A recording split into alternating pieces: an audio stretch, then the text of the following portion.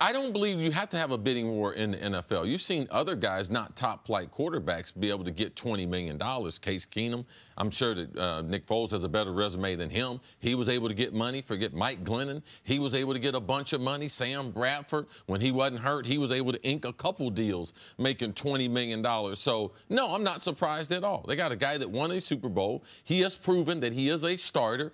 He took Philly to the playoffs again this year. If they get one other catch from Alshon in that game, we don't know what they're going to do in that game with the Saints there. So Nick has proven himself, and he's also got someone in the building in DeFilippo, who's their offensive coordinator, who was in Philadelphia when they won the Super Bowl. So that right there, giving Tom Coughlin his interest in the NFC East, understanding Nick Foles, having that intel. No, I think it's a great fit for Nick Foles, and I believe it's a good price to be able to get a quarterback like Nick Foles at.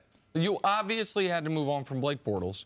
The team, if you think the defense is still good enough to compete at championship levels, you couldn't have that anchor around your neck any longer. And just it seemed like the defense midway through the season, I don't want to say they quit, but they lost some almost motivation because of how bad the offense had been. So I get that part of it.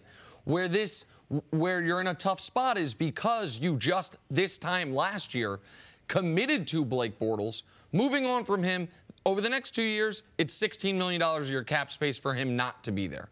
Nick Foles is going to be $22 million on average per year. So we're talking about the Jacksonville Jaguars for Foles and Bortles. That's $30 million of cap space each of the next 2 years. That's top of the market quarterback money. So you did upgrade at quarterback. I think I do believe in this instance they did overpay at least slightly because I don't know that there was another team in the league that was going to offer him $15 million because we've got 12 quarterbacks drafted in the last 4 years in the first round that the teams believe in. The older quarterbacks are not retiring except for Peyton Manning. So you just don't have a situation where a lot of teams think, we need a quarterback, even though obviously a lot of teams need a quarterback. Can you compete if you're the Jacksonville Jaguars at the highest level when you have a, relatively speaking, expensive quarterback room when you incorporate Bortles' dead money and you're not going to be getting great quarterback play? That's the question.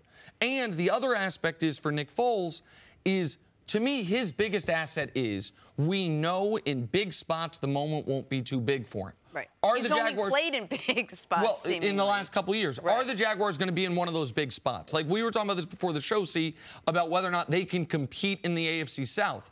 If you get to the playoffs, if you're competing for the playoffs, then knowing that the playoffs aren't going to be too big for Nick Foles makes him more valuable than your typical. Well, the spot Nick Foles was in last year was not a big spot from a positive standpoint. He had to play great football to get them in the playoff hunt. Like they were struggling. They were on the board to be able to miss the playoffs. So it's not just the playoff games.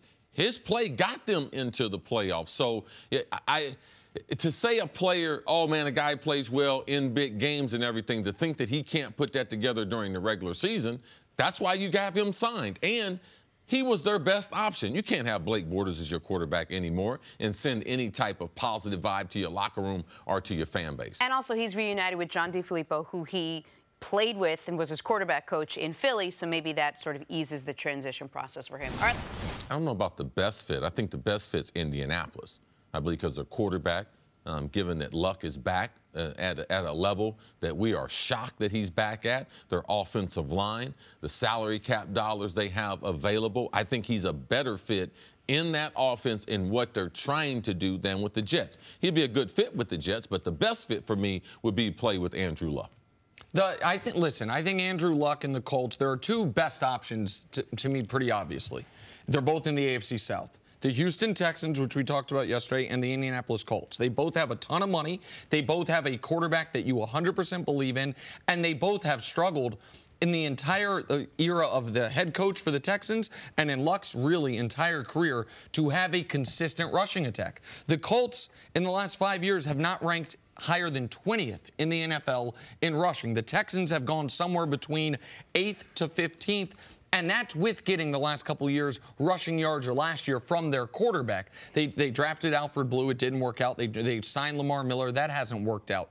Now, I understand for the Texans, people are going to say, you need to spend more money on the offensive line. You need to go. Man, I looked at the offensive linemen that were signing yesterday. There are not enough offensive linemen to go around in the league right now. If you want to upgrade your offensive line, you're going to have to do that through the draft. So I think Le'Veon has made it clear he's going to go where the money is, and I do not begrudge him that at all. This is going to be, I would imagine, his last real contract in the NFL, if not his last contract whatsoever.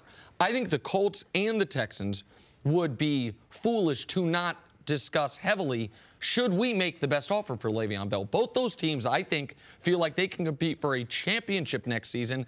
And on the offensive side of the ball, their running game has been the weakest part of their game. Texans probably pass protection, but I don't know how they're going to upgrade it where we're seeing what Trent Brown's getting. We're seeing what the other offensive tackles have already gotten on the market. Is there any concern whatsoever that he did sit out a year, that maybe he does have that, couple strikes against him with the drug policy, that there are a few sort of negative marks on him? Could that possibly Well, all players be a have reason? negative marks as far as what they can do. That's the reality. They have a foul on him. That's what it's going to say in the foul. He's had a positive drug test. He's in the drug program, and that's a part of it. I don't think sitting out is going to help him or hurt him. Okay. He should have played football last year, in my book. That $14 million, that's money he will never get. I don't care what this contract is. This contract would have been available because look at the dollars. Salary cap, $188 million. It wasn't going to change. Even if he had a little injury, he still was going to get paid. So for me, he'll never be able to get that year back of compensation, and he's going to get, I think, $17 million a year in free agency. If he goes to the highest bidder, he'll get $17 million. Does he decide to come down a little bit to put himself in the best situation between $15 to $16.5 million? That, to me, if I was with a quarterback like Luck, something like that, that's something that I would consider because the longevity. Can I get all this money? Yeah, I think the contract he's looking at is going to be about 4 years, $65 million, with probably around $35 million guaranteed. The first 2 years guaranteed plus a little extra is, I think, what he's looking for and I think what he can expect. Now, on the Jets side of things, with this report saying they're the favorite, we know what the model is in the modern NFL when you have a young quarterback that you believe in. Spin now. Take advantage of the fact that Darnold is underpaid if he's a real player. Surround him with talent. We've seen the Jets sign 2 wide receivers. We just talked about how the Jets signed Anthony Barr and C.J. Mosley to try to buttress the defense. They do need playmakers on that offensive side of the ball. They need difference makers. They need guys that aren't just, okay, he can have a big game, but guys you rely on. That's why the Jets, I think, will target Le'Veon Bell, even though they've spent a bunch of money already. It makes sense because they have the big bargain on their quarterback. The Texans are in that exact same spot with a bargain on the quarterback. I would also argue, if you're a running back, tell me if you disagree, you'd rather play in the AFC South than the AFC East. You'd rather play 8 games in a dome as you would in Indy or Houston, plus the 3 road games in your division in good weather and good circumstances than the AFC East playing in New York and playing in that division. Maybe you think for the running back that's not as big of a concern as a wide receiver or a quarterback. When he has receiving as a big part of his game and I think the team and the franchise and your ability to try to win at a high level outweighs, am I going to be in the South or am I going to be in the AFC East? Being in the East, New England's in the East. So man, what are my chances of winning the Super Bowl? How far are the Jets away? Those are the things he'd have to calculate. And there will not be a more fresh quarterback as far as his legs go than Le'Veon Bell coming in this year since he took the year off.